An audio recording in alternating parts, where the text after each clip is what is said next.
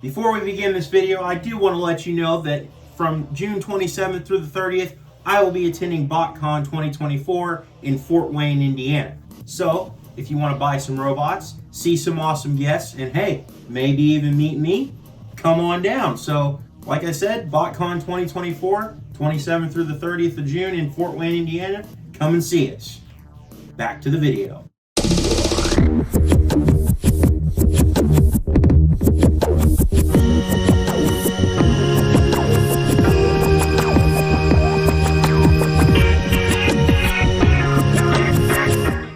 Alright everyone, I want to ask this question. Can we all agree that this toy rocks? Like, I get that it's been usurped as the best movie Prime figure twice. Debate me if you want, it's still a great toy on paper. But this guy is still great. Once I even called it my favorite leader class toy, and a lot of other people did too in the same video. But mine is for different reasons. Yeah, it was my de facto movie Prime growing up, until I got this guy. But as I said, my reasoning for it was a little bit different than everyone else's. Not only is this a good Optimus Prime toy, but it paved the way for probably the best Optimus Prime repaint of all time. What did you say? You heard me. Everyone feast your eyes on Nightwatch Optimus Prime. Honestly, this is probably my favorite Optimus Prime that I own in my collection. Why? Well, just look at it. These colors are so far removed from what the original color scheme is, and I think that's what makes it work so well. But the flames are still where they should be. Except now they're silver, which really pop against that black and blue. But the continuing flames don't exist anymore, which once again gives this thing an edge. Instead, they've been replaced by that silver stripe there on the side, which I also like. Also, I don't think you can see it on camera, but he's got purple windshields and they are absolutely badass. But the truck mode overall is pretty cool.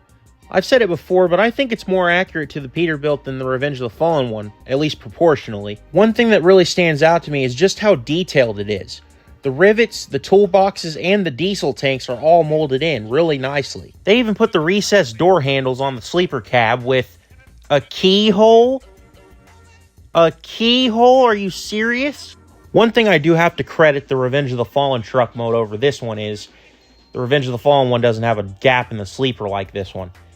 But when you think about it, it's kind of hilarious because I could just picture a trucker waking up in the middle of the night to take a shit, and then he goes tumbling out the back of his truck. Really wish they could have made that work, but it makes sense when you take transformation into account. Also, it's worth pointing out that this guy has rubber smokestacks. Just be aware of that when you're buying it loose because they can break off. Speaking of rubber, he's also got rubber tires. So you know what that means. He rolls really, really, really well. And I'm not afraid of them breaking because they're actually very solid rubber tires. Also, he's got some damn good and secure weapon storage, which is why the gap is here. Even though it doesn't hide very well, but whatever. There's also a button on top of the cab, and when you push it, it goes. And to be honest, I prefer this a lot more over the Revenge of the Fallen one's weird engine noise. And for an early 2000s Prime, for once he doesn't have a trailer hitch that's trying to tease us into thinking we're getting a trailer for it. He ain't using that trailer hitch because that hole is way too small and it's not holding anything. And that wraps up truck mode, so let's transform him. The transformation is pretty involved, but still reminiscent of the era. Blocky parts moving and clicking around, and also being used very creatively to make the robot mode. I especially like how the side chunks of the front and the quarter panel line up to the back. And I think my favorite thing is how the sleeper becomes the arms. Even though that's not technically accurate, I still think it's a very unique way to make the robot mode work. The automorph they were trying to push at the time is present on the feet, and last but not least, you get this little number. In robot mode, we have a very blocky movie Optimus Prime, but he is still very much holding his own here. That head sculpt, while being a little off, still also very much holds its own. Ironically, I think it nailed it more than the movie premium version. Just take the ears off that one and give it to this, and you probably have a perfect Optimus Prime head sculpt. Here you can see a full comparison of the colors between the two, with the Nightwatch one having more grays on display than he did in the vehicle mode.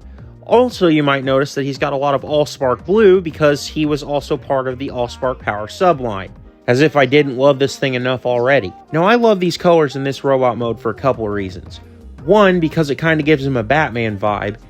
And two, for years, I thought this was a repaint based on the cover art from the first DVD release of the movie. I know some of you OGs definitely know what I'm talking about. And I guarantee you, I also unlocked the core memory for you. All those nights at sleepovers, staying up late watching the movie, then waking up at about 3 a.m. to take a piss, only to realize that you haven't turned the movie off and the main menu's been playing on repeat. Yeah, I remember that too.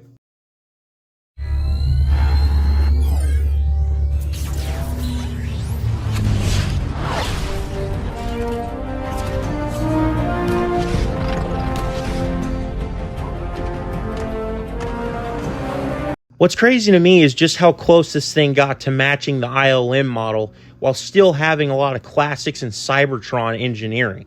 I just have to commend Hasbro on that one. But one thing I can't commend them on are these giant ass wheels. Why are they so big? They do not look this big on the truck mode. But then you put them on his legs and they get freaking huge. And to add insult to injury, they put a hinge on them because they knew that they fucked up. Aaron, I love you, but what the hell, man? Speaking of Aaron Archer, I think now is a good time to mention that he told me at TFCon Orlando that this was not his original intention for this repaint. He had actually intended to go for a red, maroon, black, and gray type color scheme for it, which, when I think about it, kind of breaks my heart. You know, hearing that really made me think about my life for a while, you know? I mean, has my whole life been a lie this whole time? I mean, what are we doing out here? Are we just a bunch of germs floating in space? Are we just flying by the seats of our pants? Is there a purpose to all of this? Is there a point to all of this? I don't know. Oh shit, sorry. I don't know where I was going with this. Crap, what do I do next? What was I supposed to do next?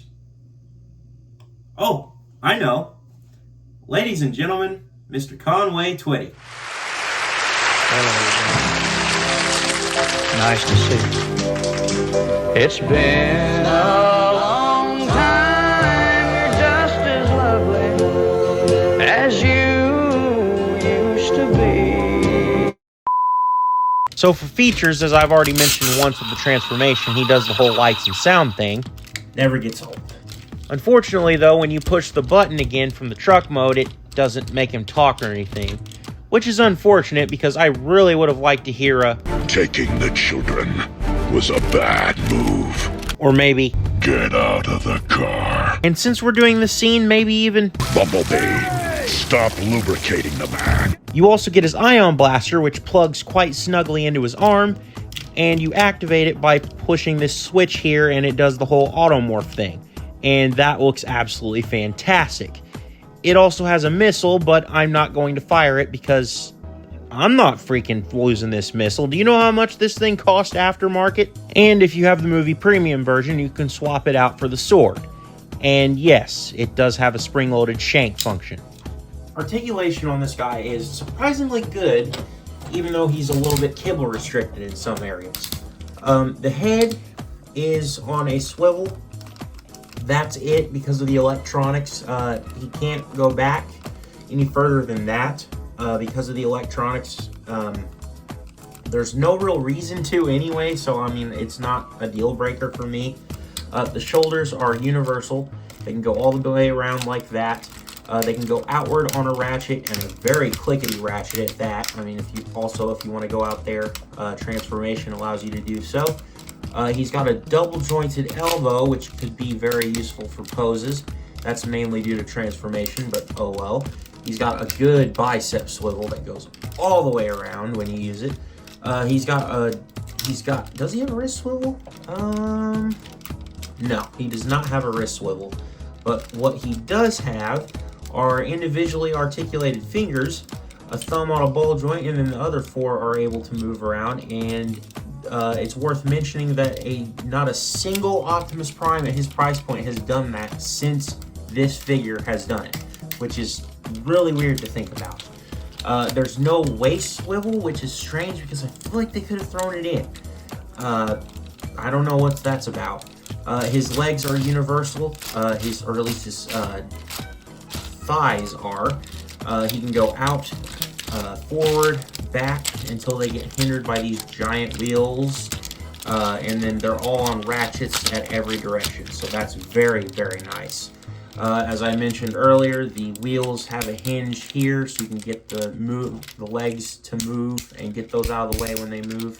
The knees are on a very, very, very heavy ratchet. You can move the knee pads wherever you need to, and then the ankles are on a ball joint, and they are very, very expressive. And then you can kind of get some movement out of the toes if you want. I don't know how effective that would be, but they are a little bit messed up because, they don't tend to last with this automorph here. But, oh well, it's okay. But yeah, the articulation on this guy is not that bad. It's a little kibble restricted with how the big giant wheels are on the back, but overall, not too bad. Overall, I love this toy. It was one of my favorite childhood Transformers. Despite its shortcomings, it has and always will have a special place in my collection. It's a fun toy with cool gimmicks, and it's a badass repaint. It was so nice they even slapped it on the Legends figure. I'd love it if they'd put it on the Revenge of the Fallen one too. And if they wanted to throw this repaint onto one of the Studio Series figures, I would love to see it happen. So if you can grab this guy for a decent price and he's in good shape, I would definitely check him out. He's worth the pickup. With that being said, keep growing your collections. Treebot out.